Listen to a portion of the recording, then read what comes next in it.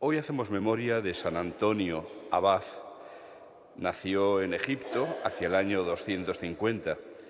A la muerte de sus padres, cuando tenía 18 años, siguiendo la indicación del Evangelio sobre la distribución de las riquezas, repartió todos sus bienes entre los pobres y se retiró a la soledad de la región de Tebaida, en Egipto, donde llevó una vida ascética. Trabajó para reforzar la acción de la Iglesia, sostuvo a los confesores de la fe durante la persecución desencadenada bajo el emperador Diocleciano, apoyó a San Atanasio contra los arrianos y reunió a tantos discípulos que mereció ser considerado el fundador de la vida monástica. Entregó su alma a Dios el año 356. Lectura de la Carta de los Hebreos. Hermanos, temamos, no sea que estando aún en vigor la promesa de entrar en su descanso, alguno de vosotros crea haber perdido la oportunidad. También nosotros hemos recibido la buena noticia, igual que ellos, pero el mensaje que oyeron no les sirvió de nada a quienes no se adhirieron por la fe a los que lo habían escuchado. Así pues, los creyentes entremos en el descanso, de acuerdo con lo dicho, he jurado en mi cólera que no entrarán en mi descanso. Y eso, que sus obras estaban terminadas desde la creación del mundo. Acerca del día séptimo se dijo, y descansó Dios el día séptimo de todo el trabajo que había hecho. En nuestro pasaje añade, no entrarán en mi descanso. Empeñémonos, por tanto, en entrar en aquel descanso, para que nadie caiga imitando aquella desobediencia. Palabra de Dios. Te alabamos, Señor. No olvidéis las acciones de Dios. No olvidéis las acciones de Dios.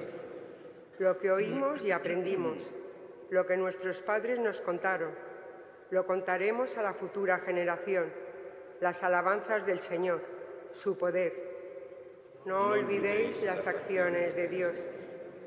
Que surjan y lo cuenten a sus hijos, para que pongan en Dios su confianza, y no olviden las acciones de Dios, sino que guarden sus mandamientos. No olvidéis las acciones de Dios, para que no imiten a sus padres, generación rebelde y pertinaz, generación de corazón inconstante, de espíritu infiel a Dios. No olvidéis las acciones de Dios. Aleluya, aleluya, aleluya. Un gran profeta ha surgido entre nosotros. Dios ha visitado a su pueblo. Aleluya, Aleluya, aleluya, aleluya, aleluya. aleluya.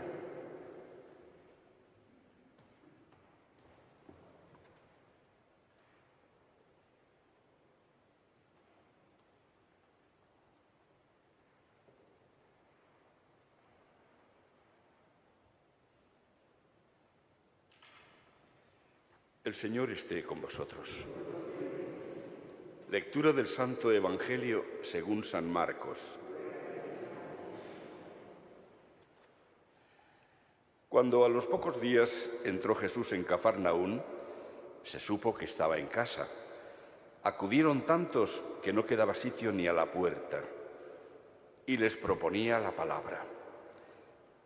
Vinieron trayéndole un paralítico llevado entre cuatro, y como no podían presentárselo por el gentío, levantaron la techumbre encima de donde él estaba, abrieron un boquete y descolgaron la camilla donde yacía el paralítico. Viendo Jesús la fe que tenían, le dice al paralítico, «Hijo, tus pecados te son perdonados». Unos escribas que estaban allí sentados pensaban para sus adentros, «¿Por qué habla éste así? Blasfema. ¿Quién puede perdonar pecados sino solo uno, Dios?» Jesús se dio cuenta enseguida de lo que pensaban y les dijo, «¿Por qué pensáis eso?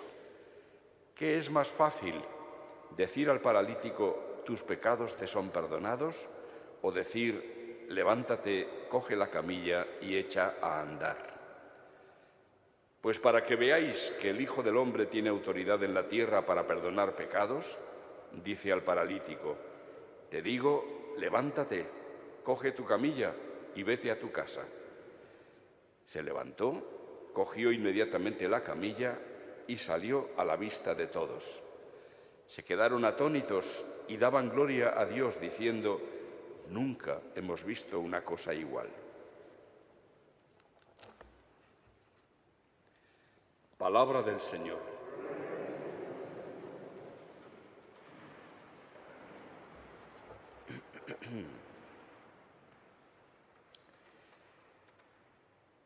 Hemos comenzado a leer como primera lectura, pasado ya el tiempo de la Navidad, en este tiempo llamado ordinario, la carta a los Hebreos. En ella escuchábamos ayer cómo el autor, tratando de inducir al pueblo cristiano a ser obediente a Dios, les recordaba un pasaje, en concreto el Salmo 94, en el que se hablaba del tiempo en el que en el desierto el pueblo fue infiel a Dios porque no confiaban en Él. Cuando empezaron a tener dificultades, hambre, sed, etcétera, no confiaban en el poder de Dios, protestaban, etcétera. Y entonces en este Salmo 94 que cita la carta a los Hebreos, se dice: no endurezcáis vuestros corazones como cuando la prueba en el desierto, cuando vuestros padres me pusieron a prueba y me tentaron, aunque habían visto mis obras. Como resultado de esa infidelidad del pueblo de Dios, el Señor terminó diciendo: he jurado en mi cólera que no entrarán en mi descanso. Una expresión con la que se quería concentrar todos los bienes que Dios quería dar a su pueblo. En aquel momento lo que más ansiaban, que era el llegar a la tierra prometida. Pero no solo eso, sino el vivir en amistad con Él, el vivir regidos por Él, gozando de su protección, de su ayuda, de su inmenso amor. En fin, todos los bienes de Dios expresados en esa expresión del descanso. En la lectura que hemos hecho hoy, en el pasaje que es continuación del de ayer, seguía hablando el autor de este tema del descanso de Dios, un descanso que, dice él, admite la posibilidad de que tampoco nosotros podamos entrar en él. Pero cuando aquí el autor se refiere a este descanso que Dios promete, ya no está hablando evidentemente de la tierra prometida.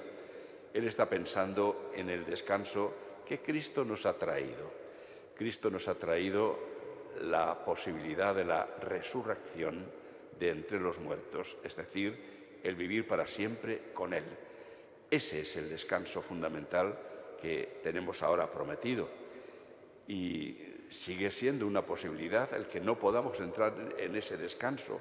Y esa posibilidad es si no se mantiene uno firme, perseverando en la fidelidad al Señor.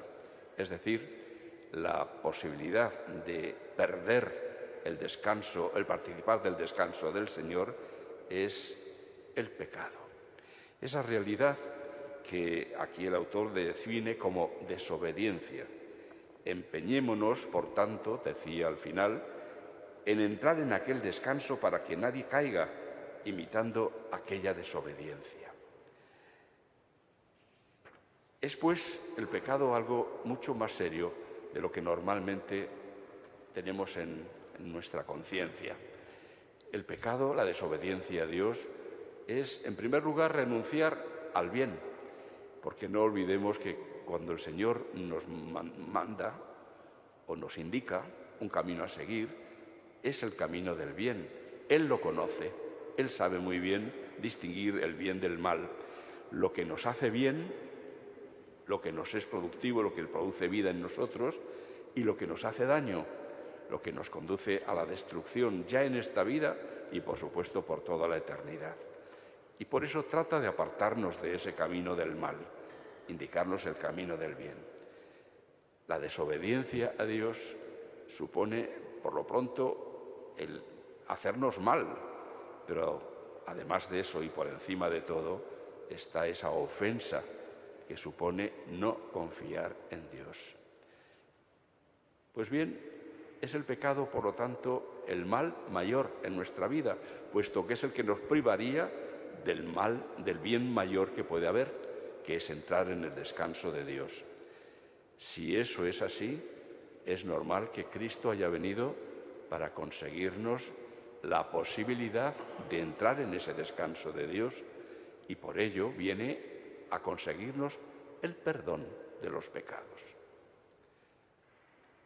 Dentro de unos momentos, cuando repitamos las palabras de Jesús sobre el cáliz, recordaremos cómo entonces Cristo, al realizar ese milagro, nos recuerda que esa sangre que va a ser derramada en la cruz lo es para el perdón de los pecados, como el mayor bien que nos consigue, puesto que es el pasaporte para entrar en el descanso de Dios. Es, por lo tanto, el pecado un mal muy serio. Y por eso, cuando a Cristo ahora, en este pasaje del Evangelio que acabamos de escuchar, le traen a aquel hombre paralítico, él ve en aquel hombre algo más de lo que ven los demás. El resto de la gente, cuando le traen a aquel paralítico, seguramente pensaría: pobre hombre, no puede andar, está ahí echado en una cama, pensando siempre que ese era su mayor mal. Pero Jesús, que ve los corazones, está descubriendo en él un mal mayor. Y por eso, viendo la fe que tenían, nos dice San Marcos, viendo la fe que tenían, entonces le dice al paralítico: tus pecados quedan perdonados. He venido para esto, y este es el bien que te doy. Tus pecados quedan perdonados. La reacción, fundamentalmente, de los doctores de la ley y de los fariseos es inmediata, aunque de momento se lo guardan en el corazón, pero están pensando: ¿qué dice este? Está blasfemando. Y ahora dicen una cosa que es verdad: ¿quién puede perdonar pecados sino solo uno? Dios. Tienen razón. Es Dios el ofendido, es por lo tanto Dios el único que puede perdonar los pecados. Y por eso desconfían del que tienen delante, porque en él ven solo a un hombre. Solo. No ven quien está también en él, en ese hombre. No ven todo aquello que Jesús ha querido de alguna manera proclamar con sus signos, porque si Jesús ha realizado una serie de signos, empezando por el milagro de las bodas de Caná, fue para manifestar que en él residía la gloria de Dios, que en él está el poder de Dios. Y la conclusión es obvia: por lo tanto, además de hombre, es Dios. Pues eso no lo querían admitir, no querían admitirlo. No podían negar que realizaba signos, que realizaba milagros, no lo podían negar, pero porque estaban a la vista, pero lo que hacían era poner una causa mala en aquellos milagros. Lo hace con el poder del príncipe de los demonios. De eso le acusaban, de estar él mismo endemoniado. Por eso no aceptan que Cristo pueda perdonar pecados, porque es para ellos simplemente un hombre. Y es entonces cuando Jesús quiere expresamente a ellos darles este signo. ¿Qué es más fácil? O dicho de otra manera, ¿cuál de estas dos cosas sí puede realizar un hombre? ¿Perdonar pecados o decir de palabra a alguien que se levante estando enfermo y que ande? Si hubieran respondido, tendrían que haber dicho: un ser humano no puede hacer ninguna de las dos cosas, ni perdonar pecados, ni decir a un paralítico que se levante y se ponga a andar. No puede, no está en su mano, no tiene el poder de Dios. Y Jesús dice: pues para que veáis con vuestros ojos que el Hijo del Hombre sí tiene poder para perdonar pecados y por lo tanto es Dios, a ti te lo digo, levántate, toma tu camilla y vete a tu casa. Este signo debería haber sido suficiente para que los que no creían terminaran creyendo en él, pero el problema era que sus corazones se habían endurecido y ni aun así fueron capaces de creer en él, cuando tenían la evidencia delante de sus ojos. Este es el gran problema que denunciaba el Salmo 94. Es un corazón endurecido, el que ya no quiere de ninguna manera aceptar a Dios, el que más aparta de Dios. El pecado en sí, Dios puede perdonarlo, quiere perdonarlo, pero cuando el corazón se ha endurecido y ya no se pide perdón por el pecado, eso es lo que aparta definitivamente de Dios, no porque Dios no quiera perdonar, sino porque el hombre no quiere pedir perdón. Ese es el problema. Y esto nos traslada hasta el problema que también sigue habiendo en nuestro tiempo, el del endurecimiento del corazón, incluido el de los cristianos. Porque efectivamente podemos incurrir en esa terrible dinámica de no querer ya aceptar el darnos cuenta de que somos pecadores y por lo tanto acudir a pedir perdón. En muchos casos incluso la excusa puede ser la misma que ponían estos del tiempo de Jesús. ¿Quién puede perdonar pecados sino solo Dios? ¿Cómo voy a ir yo a pedir perdón de mis pecados a un hombre como yo? Un sacerdote. Pues bien, sí, el sacerdote efectivamente es un hombre más y además pecador. Él mismo tiene que pedir perdón por sus pecados, evidentemente. Pero no olvidemos que Cristo, recién resucitado, en una de las apariciones les dice a los discípulos: recibid el Espíritu Santo. A quienes les perdonéis los pecados, les quedan perdonados, y a quienes se los retengáis, les quedan retenidos. Cristo otorga con su poder de Dios ese mismo poder de perdonar pecados a aquellos a quienes Él elige para desempeñar el ministerio que Él mismo les encomienda. Y por lo tanto, sí, un sacerdote, un simple hombre, que está ungido por el sacramento del orden, por lo tanto con la acción del Espíritu Santo, está en condiciones de perdonar pecados, por muy indigno que sea él mismo, pero tiene dado por el Señor, en favor de la salvación de la humanidad, el poder de perdonar pecados que efectivamente solo corresponde a Dios, pero que lo ejerce a través de sus sacerdotes.